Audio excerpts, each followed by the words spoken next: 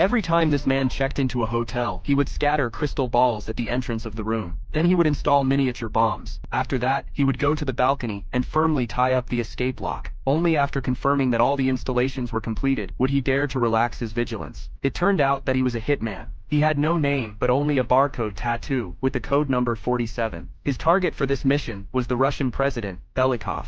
Because the president's political stance affected the interests of the client hoped to solve this trouble as soon as possible and required the mission to be carried out in a public place. Although the mission was extremely difficult, 47 still broke the convention and accepted it because he was the top hitman in the organization. A week later, the president was giving a public speech for his re-election. He raised his hands high to greet the people, unaware that he had already become the target of assassination. When a journalist asked him a question, a spurt of blood sprayed onto his face and the bodyguards fell to the ground. 4 kilometers away, 47 pulled the trigger again. Just 1 second later, the president was shot in the head and fell to the ground.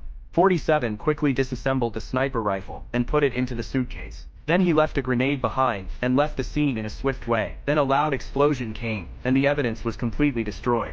At this time, 47 came back to the hotel and was about to evacuate. Just as 47 was packing his luggage, suddenly, the phone rang. It was a call from the company. It turned out that he had been exposed. At this time, a large number of policemen surrounded the outside of the hotel. All of them were fully armed.